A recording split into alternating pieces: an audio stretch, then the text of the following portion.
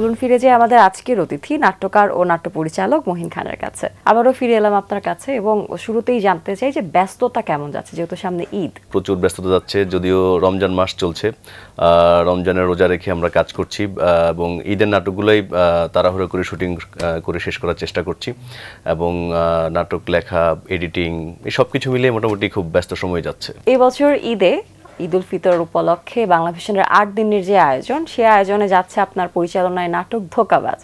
ধোঁকাবাজ নিয়ে একটু জানতে চাই যে নামটা ধোঁকাবাজ কেন? নামটা ধোঁকাবাজ হলো দর্শক আসলে নাটকটা দেখলে বুঝতে পারবে যে গল্পটা আসলে ধোঁকাবাজির গল্প না।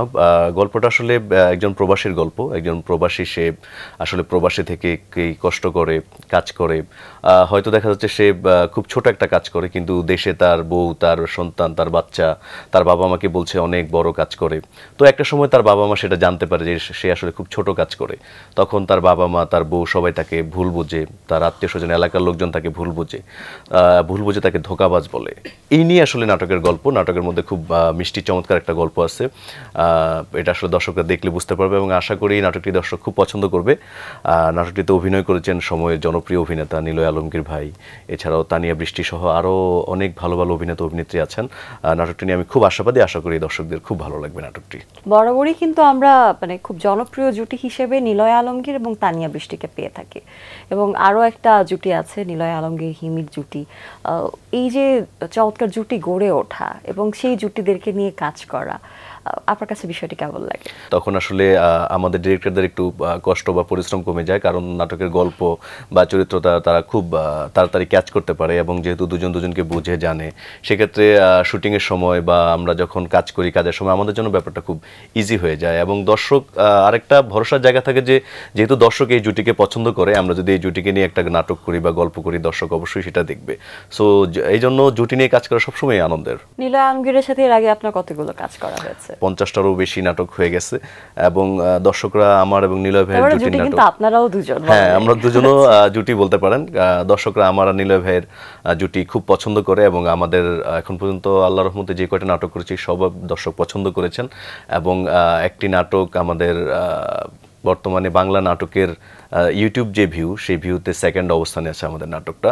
সো খুব ভালো, নিলয় ভাইয়ের সাথে কাজ করা খুবই এনজয়েবল। বাংলাভিশনের পর্দায় আমরা এর আগেও আপনার অনেকগুলো নাটক দেখেছি, কিন্তু ঈদ উপলক্ষে এবারই প্রথম আপনার আত্মপ্রকাশ বলা যায় ঈদের নাটকে। কেমন লাগছে বিষয়টি? চাচ্ছিলাম যে বাংলাভিশনের ঈদ আয়োজনে আমার একটি নাটক যাক, কারণ বাংলাভিশন আমার খুব প্রিয় চ্যানেল। আমার গ্রামের লোকজন, আমার হচ্ছে যে ফ্যামিলি, সবাই বাংলাভিশন দেখে। সো এবার ঈদে যেহেতু আমার একটি নাটক যাচ্ছে, আমি ভেরি এক্সাইটেড। আশা করছি এটা আমার কেরিয়ারের জন্য একটা নতুন মাত্রা যোগ করবে। বাংলাভিশনের ঈদ আয়োজন বরাবরই নতুন মাত্রা যোগ করে, প্রত্যেক ঈদে নিজেদেরকে ছাড়িয়ে নতুন করে নতুন আয়োজন নিয়ে দর্শকের সামনে তারা উপস্থাপন করছে সবকিছুতে, এবং সেক্ষেত্রে অবশ্যই আমরা আশা রাখি যে আপনার নাটকটা নতুন একটি মাইল ফলক স্থাপন করবে। শুটিংয়ে কোনো মজার ঘটনা ঘটেছিল, যেহেতু এটা বিদেশের গল্প এবং রেমিটেন্স যোদ্ধাদের গল্প? দেশের বাইরেই শুটিং হয়েছিল, তো আমরা একটা শুটিং এর সময় একটা লোকেশন খুঁজে পাচ্ছিলাম না। এই জায়গাটা আপনারা দর্শককে ধোঁকা দেননি? আমার কিন্তু একটা প্রশ্ন ছিল যে আসলে কি আপনারা দর্শককে দেশে শুটিং করে বিদেশের নাটক দেখাচ্ছেন কিনা? না না, আমরা এটা সম্পূর্ণ শুটিংই করেছিলাম মালয়েশিয়াতে। তো সেক্ষেত্রে দর্শকদেরকে ধোঁকা দেওয়া হবে না। আমরা আসলে আমাদের একটা রান্নাঘর দরকার ছিল, শুটিং এর সময় একটা রান্নাঘর দরকার ছিল। তো যেখানে আমরা শুটিং করছিলাম ওখানে আসলে রান্নাঘর ছিল না, তো আমরা অনেক দূরে একটা রেস্টুরেন্টে গিয়ে রান্নাঘর অ্যারেঞ্জ করে ওখানে শুটিংটা করতে হয়েছে। তো ওখানে আসলে যারা ছিল তারা সবাই বিদেশি, তাদের সাথে বাংলা এবং ইংরেজিতে কথা বলতে গিয়ে একটা খুব মজার ঘটনা ঘটেছে। সেটা আসলে এই মুহূর্তে খুব মনে পড়ছে আর কি। মজার ঘটনা তো থাকে, কিন্তু তার সাথে সাথে নাটক যখন শুটিং করা হয় তখন অনেক দুর্ঘটনারও শিকার হতে হয়, কিন্তু অপ্রত্যাশিত অনেক চ্যালেঞ্জ মোকাবেলা করতে হয়। এই নাটকটি করতে গিয়ে এরকম কোনো চ্যালেঞ্জের মুখোমুখি হয়েছিলেন কিনা? দেশের বাইরে শুট করতে হলে আসলে অনেক ধরনের রাস্তাঘাট বা অনেক কিছু আমরা চিনি না। তো সে একবার একটা রাস্তার মধ্যে আমরা শুট করতেছিলাম। শুট করার পরে ওখানকার কিছু সিকিউরিটি এসে আমাদেরকে বললো যে এখানে শুট করা যাবে না। পরে আমরা তাদেরকে সুন্দর করে বুঝিয়ে বলার পরে, জেলে ভরে দিত, তাহলে তো জেলেই থাকতাম। তাদেরকে সুন্দর করে বুঝিয়ে বলার পর আসলে তারা পরে শুটিং করতে দেয়, তা ওখানে দেয় না, অন্য জায়গায় শুটিং করতে দিয়েছে। এটা আসলে একটা সাময়িক আমাদের শুটিংয়ে একটা ঝামেলা হয়েছিল। আমরা প্রায় আধা ঘন্টা 1 ঘন্টার বেশি সময় ধরে শুটিং করতে পারিনি। ধোঁকাবাজ নিয়ে এত গল্প শুনছি, আমরা যদি দর্শকদের সাথে ধোঁকাবাজের কিছু অংশ শেয়ার করি তাহলে বোধহয় ভালোই হয়। হ্যাঁ হ্যাঁ, ডেফিনেটলি। চলুন দর্শক দেখে আসি বাংলা ভিশনে এবারের ঈদের নাটক ধোঁকাবাজের কিছু অংশ। 2203 নম্বর রুম পরিষ্কার করার পরে 2117 নম্বর রুমে যাবা, সেখানে এক তামিল বাচ্চা পটি করে বিছানাটি করে নষ্ট করে ফেলাইছে, এটা পরিষ্কার করবা। অসম্ভব বস, আরেকজনের বাচ্চার গু আমি কেন পরিষ্কার করবো? আমি এটা পারবো না। যদি সেটা পরিষ্কার করতে না পারো তাহলে তুমি আজকে বাংলাদেশে চলে যাবা, তোমাকে এখানে আমি আর রাখবো না। তুমি না গ্রামে থাকতে শাড়ি চুড়ি 3 পিস পরতা, এখানে জিন্সের প্যান্ট পরছো। আমি এখন বিদেশে, আর বিদেশে থাকি আমি যদি গ্রামের মহিলার মতো শাড়ি চুড়ি বেলা ফুলে পরে থাকি, তাহলে এখানকার যে সুন্দর সুন্দর সাদা সাদা মানুষ আছে তারা কি আমার দাম দিব? সামনে যে বড় বিল্ডিংটা দেখতেছো, এটা হলো আমার হোটেল। আমি এই হোটেলের ম্যানেজার, তোর মালিক ভুলে গেছোস? ও চিনতে পারছি, আপনি তাহলে সেই পাগলটা না? দেশে তোর এত সুন্দর একটা বউ আছে, সেই বউ তুইয়া এই মালয়েশিয়ায় বাইরের থেকে মেয়ে মানুষ এটা পুষ্টি রুষ্টি করস। তোদের দুজনের সামনে যে বসে আছে সেই তো আমার বউ শেফালি। ভালো হয়েছে তোমার রাস্তায় পেয়ে গেছি, কালকে সকালবেলা একটু আমার বাসায় এসো তো। কি বলা কি? সে কেন তোমার বাসায় যাইতে কইতাছে? এই মহিলা না আমাকে পছন্দ করে, আমাকে ভালোবাসে। আপনার স্বামী এই হোটেলের মালিক না, সে আমার জামাই চাকর, এইখানে তার আন্ডারে কাজ করে। তোমার মত একজন কিলিদারের লগে আমার সংসার করা সম্ভব না। আমি এখন এখান থেকে চলে যেতেছি, যাই আমি আমার আব্বা আমার সবকিছু কব, আর যাওয়ার পরেই আমি তোমার ডিভোর্স দিতেছি। দেখে এলাম ধোঁকাবাজ নাটকটির কিছু অংশ। ধোঁকাবাজ শব্দটা আসলে মনে হচ্ছে যতটা ধোকার তার থেকে বড় বোধহয় নাটকের গভীরতাটা, কেননা আমাদের রেমিটেন্স যোদ্ধা যারা, বাংলাদেশের রেমিটেন্স যোদ্ধাদের চিরাচরিত আসলে একটা দৃশ্য, তারা গ্রাম থেকে প্রবাসে পাড়ি জমায় এবং সেখানটায় তাদের অনেক কঠিন সময় পার করতে হয় পরিবার পরিজন ছেড়ে। আপনার কি কোনো বাস্তব গল্প থেকে অনুপ্রাণিত হয়ে এই নাটকে আসা? আমরা যারা নাটক লিখি বা মানুষ আসলে ওটাই লিখতে পারে যেটা সে কখনো দেখেছে অথবা শুনেছে, মানে একেবারে কাল্পনিক কোনো কিছু কিন্তু আমরা লিখতে পারি না বা বলতেও পারি না। তো আমি গ্রামের ছেলে, ছোটবেলা থেকে গ্রামে বড় হয়েছি। আমার আশেপাশের আমার অনেক আত্মীয় স্বজন আমি দেখেছিলাম যে বিদেশে থাকে। ইভেন আমার বাবাও দীর্ঘদিন যাবৎ দেশের বাইরে ছিল, আমার বাবাও একজন রেমিটেন্স যোদ্ধা। তো আসলে তাদের ওই ক্রাইসিসটা বা তাদের ওই গল্পটা আসলে আমি খুব কাছ থেকে দেখেছি এবং আমি শুনেছিও। আমার মামা আসলে বিদেশে অনেক ছোট একটা কাজ করতো, কিন্তু দেশে এসে সে বলছে যে আসলে অনেক বড় কাজ করে। তো এটা নিয়ে পরবর্তীতে জানাজানি হওয়ার পর আমার মামার শ্বশুরবাড়ির লোকজন এটা আসলে প্রথম জানতে পারে। তো তখন আসলে তার সাথে খুব খারাপ ব্যবহার করে, মামিও তার সাথে আসলে খারাপ ব্যবহার করে। ওখান থেকে আসলে এরকম একটা গল্প আমার মাথায় আসলে আসছিল যে আমাদের দেশে আসলে যা বেশিরভাগই তো রেমিটেন্স যোদ্ধা যারা বিদেশে কাজ করে, তারা আসলে অর্থনীতির চালিকা শক্তি কিন্তু সবল রাখেই আসলে আমাদের রেমিটেন্স যোদ্ধারা। তারা আসলে ওখানে যে কাজ করে বা যে কষ্ট করে কাজ করে, আমরাও তো বিদেশে শুটিং করতে গিয়েছি, আমরাও দেখেছি আসলে অনেক কষ্ট করে তারা কাজ করে। কিন্তু ওই কষ্টটা যদি তার পরিবার পরিজন আত্মীয় স্বজন দেখতো তাহলে হয়তো বলতো যে তোমার বিদেশ করার দরকার নেই, তুমি দেশে চলে আসো। ঠিক এই জিনিসটাই আমরা আসলে দেখাতে চেয়েছি। যদিও গল্পটার নাম ধোঁকাবাজ, কিন্তু দর্শক আশা করি গল্পটা দেখে ধোঁকা খাবে না। অনেক কিছু গল্পের গভীরতা আছে, গল্পের মধ্যে একটা সুন্দর মেসেজ আছে এবং নিলয় আলমগীর ভাই এবং তানিয়া বৃষ্টি যেহেতু আছে, অবশ্যই নাটকের মধ্যে ফান এন্টারটেনমেন্টও আছে। একটু জানতে চাই যে রেমিটেন্স যোদ্ধাদের নিয়ে যে নাটক, সেই নাটকটির শুটিং করার সময় আশেপাশে রেমিটেন্স যোদ্ধাদেরকে পেয়েছিলেন কিনা? প্রবাসী বাঙালিরা কি আশেপাশে আপনাদেরকে ভিড় করে ধরেছিল কিনা? হ্যাঁ হ্যাঁ, মানে আমরা তো মালয়েশিয়াতে যেখানেই শুটিং করতে গিয়েছিলাম সেখানেই বাংলাদেশি ভাইরা ছিল এবং ওনারা আমাদেরকে শুটিংয়েও অনেক হেল্প করেছে। এবং আগে কোনো ঘোষণা দিয়ে গিয়েছিলেন কি যে আমরা আসলে কোনো ঘোষণা দিয়ে যাইনি। আমরা ওখানে শুটিং করতে যাওয়ার পরে বিভিন্ন জায়গা থেকে লোকজন চলে আসছিল। কেউ বলতো যে ভাই আমাদের বাসায় আসেন, কেউ মার্কেটে জব করতো, মার্কেটে যাওয়ার কথা বলেছে। এবং সবচেয়ে মজার ব্যাপার হলো একটা ভাইয়ের হোটেল আছে ওখানে এবং উনি বাংলাদেশি খাবারই ওখানে বিক্রি করে, রান্নাবান্না করে। আমাদেরকে উনি ওখানে নিয়ে গেছে এবং আমাদের ফুল টিমকে উনি শুটিংয়ের যারা যারা ছিল সবাইকে উনি খাওয়াইছে। উনি কোনো টাকাই নেয় নাই, আমরা অনেক বলছি টাকা নেওয়ার জন্য, বাট উনি নেয় নাই। তো ওই দিন তো আমাদেরকে খাওয়াইছে। এছাড়াও আমরা যতদিন ওখানে ছিলাম ততদিন উনি আমাদেরকে ইনভাইট করে খাওয়াইছে এবং কোনোদিন আমাদের কাছ থেকে টাকা রাখে নাই। এটা আসলে একটা মজার এক্সপিরিয়েন্স আমাদের জন্য। ব্যক্তিগত জীবন নিয়ে একটু জানতে চাই, নাটক নির্মাণে আছেন কত বছর ধরে? প্রথমে 7-8 বছর অ্যাসিস্ট্যান্ট ডিরেক্টর হিসেবে কাজ করেছি। তারপর আমি একটা লেভেল কোম্পানিতে ডিরেক্টর হিসেবে জয়েন করি, কিছুদিন ওখানে ডিরেক্টর হিসেবে আমি জব করি, কিন্তু সেখানে আসলে আমার নাম যেত না। তো সেই জন্য আমি খুব অভিমান করে ওই কাজটা ছেড়ে দিলাম।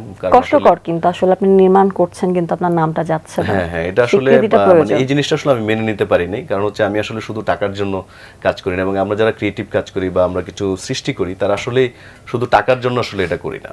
তো তখন আসলে আমি ওই জবটা ছেড়ে দিয়েছিলাম। তারপর হচ্ছে আস্তে আস্তে বাইরে কাজ করার চেষ্টা করি, এবং আলহামদুলিল্লাহ এখন পর্যন্ত প্রায় 4-5 বছর ধরে আমি কাজ করছি, ডিরেকশন দিচ্ছি, নাটক লিখছি। আমার নাটকগুলো আমি নিজেই লিখি, নিজে ডিরেকশন দেই। তখন তো টাকার কথা ভাবতেন, এখন নিশ্চয়ই বেশ ভালো ভাবছেন। এখনো আসলে একটি কাজ করতে গেলে আসলে আমরা টাকার কথা চিন্তা করি না। বিশেষ করে আমার জায়গা থেকে আমি কখনো চিন্তা করি না যে এই কাজটি করলে কত টাকা থাকবে বা আমি কত টাকা পাবো। আমি চেষ্টা করি যে আমি যে গল্পটা ভেবেছি বা আমি যেই গল্পটা দর্শককে দেখাতে চাই ঠিক ওইভাবে শুটিংটা করতে পারি, এবং ওই গল্পটা দেখানোর জন্য যে পরিমাণ বাজেট দরকার ওইটা প্রডিউসারের কাছ থেকে নেওয়ার চেষ্টা করি। তারপর যেহেতু আমাদের পেট আছে, আমাদের সংসার আছে, টাকা তো অবশ্যই লাগে। তো ভালো কাজ করলে বা ভালো কাজ করার চেষ্টা থাকলে টাকা অটো চলে আসে। এটা আমি আমাকে দিয়ে মানে বুঝতে পারছি যে আমি কখনো আসলে চিন্তা করি না যে আমি নাটক করতে দেশের বাইরে যাব, মালয়েশিয়া যাব, বা আমি নাটক করে একটা গাড়িতে চলবো বা ঢাকা একটা ভালো বাসা নিয়ে থাকবো। কিন্তু আজকে আমার আলহামদুলিল্লাহ সবকিছুই হয়েছে। তো এটা শুধু অভিনন্দন আপনাকে। তো এটা আসলে শুধু আমার কাজের প্রতি ভালোবাসার কারণে আশা করি, আমি মনে করি যে হয়েছে। প্রথম নাটক নির্মাণ করেছিলেন কবে? পরিচালক হিসেবে আত্মপ্রকাশ করেছিলেন কবে? জীবনের প্রথম নাটক নির্মাণ করেছিলাম 2020 সালে। নাটকটিতে অভিনয় করেছিলেন, নাটকটির নাম ছিল শেষ হয়েও হলো না শেষ। নাটকটি একটা বেসরকারি টেলিভিশন চ্যানেলে ঈদে রিলিজ হয়েছিল। নাটকটিতে অভিনয় করেছিলেন সজল ভাই, সালহা খানম, নাদিয়া, আর অনেকে ছিল। ওটা একটা দারুণ এক্সপিরিয়েন্স আমার জন্য। প্রথম কাজ করার সময় কি ভয় ছিল যে আসলে পারবেন কিনা, এবং যেহেতু সজল ছিলেন, সালহা, নাদিয়া ছিলেন, কাজটা ঠিক মতো করতে পারবো কিনা? সজল ভাই এত বড় স্টার, নাদিয়া বা অনেক বড় নায়িকা, তো তাদেরকে হ্যান্ডেল করে কাজটা করা, গল্পটা ঠিকঠাক মতো নিয়ে আসা। কিন্তু সজল ভাই এত সুইট একজন পার্সন, এত ভালো একজন মানুষ, এত মিশুক একজন মানুষ। শুটিং আসার পর আমার মনেই হয়নি যে আমি এত বড় একজন স্টারের সাথে কাজ করছি। নাদিয়াও সেম। সবাই মিলে যেহেতু বুঝতে পেরেছে আমার প্রথম কাজ, আমাকে খুব সাপোর্ট করেছে। তো এই কারণে আসলে কাজটা করে সজল তো নায়ক হয়ে গেলেন, এবার তার ঈদের সিনেমা আসছে জিন 3। আচ্ছা। তো আপনি কবে সিনেমা নির্মাণে যাচ্ছেন? যেহেতু নির্মাণের সাথে সম্পৃক্ত আছি, সিনেমা নির্মাণের অবশ্যই ভাবনা আছে, তবে আপাতত আমি আরো কিছু বছর নাটকটা কত বছর? আমি আরো 2 থেকে 3 বছর নাটকটাই ভালো করে করতে চাই। দেন আমি আসলে সিনেমা করলে একটা বড় পরিসরেই সিনেমার মতো ভাইব্রেট যাতে থাকে ওরকম একটা সিনেমা করতে চাই। যেহেতু আপনি নাটকের মানুষ, তারপর সিনেমা নিশ্চয়ই দেখেন আপনি। হ্যাঁ। বর্তমান সময়ে কার সিনেমা আপনার সব থেকে বেশি ভালো লাগে? পরিচালকদের মধ্যে এই মুহূর্তে বলতে হয় রায়হান রাফি ভাইয়ের সিনেমা আমার ভালো লাগে। ওনার সিনেমার মধ্যে একটা গল্প থাকে, এবং আমি লাস্ট ওনার তুফান সিনেমাটাও দেখেছি সিনেমা হলে গিয়ে, আমার কাছে অসম্ভব ভালো লেগেছে। শাকিব খানের জন্য গিয়েছিলেন নাকি রায়হান রাফির জন্য গিয়েছিলেন, সত্যি করে বলবেন? আর আসলে সাকিব ভাইয়ের আমি ফ্যান। আমি ছোটবেলা থেকে সাকিব ভাইয়ের অনেক সিনেমা দেখেছি। সাকিব ভাইয়ের জন্য অবশ্যই যে মুভিটা দেখতে যাও, কিন্তু পরবর্তীতে রায়হান রাফি সাহেবের মানে মেকিং এবং তার গল্প, তার দেখে আসলে আমি মুগ্ধ হয়ে গিয়েছি। তো আসলে এটা শুধু সাকিব খানের সিনেমা আমি বলবো না, এটা একটা রায়হান রাফির সিনেমা। রায়হান রাফি তো এই প্রজন্মের একজন নির্মাতা, গুণী নির্মাতা হিসেবে তিনি অনেক প্রশংসা কুড়াচ্ছেন। যদি একটু আগের সময়ে জানতে চাই, বা আপনি ছাত্র জীবনে আসলে কোন পরিচালকের সিনেমা দেখতেন? তখন তো আসলে আমরা সিনেমা দেখতাম, অত টেলিভিশনে সিনেমা দেখতাম, পরিচালকদের নাম খুব একটা আমাদের আসতো না। কিন্তু তারপর 2-1 পরিচালকের নাম আমার মনে আছে, যেমন এফআই মানিক। ওনার সিনেমার মধ্যে একটা সুন্দর গল্প থাকতো, আমরা ডিরেক্টর হিসেবে ওনাকে চিনতাম তখন। মন্তাজুর রহমান আকবর সাহেব। তারপর হচ্ছে যে আমি একটা সিনেমা দেখেছিলাম প্রেম গীত, দেলোয়ার জাহান ঝন্টু সাহেবের সিনেমা। তো ওগুলা তখন আমার কাছে ওগুলা দেখে আস্তে আস্তে আসলে কাজের সাথে সম্পৃক্ত হওয়া বুঝতে পারছি যে আগামীতে আমরা আপনাকে আসলে কমার্শিয়াল ফিল্মের ডিরেক্টর হিসেবেই দেখতে পাবো।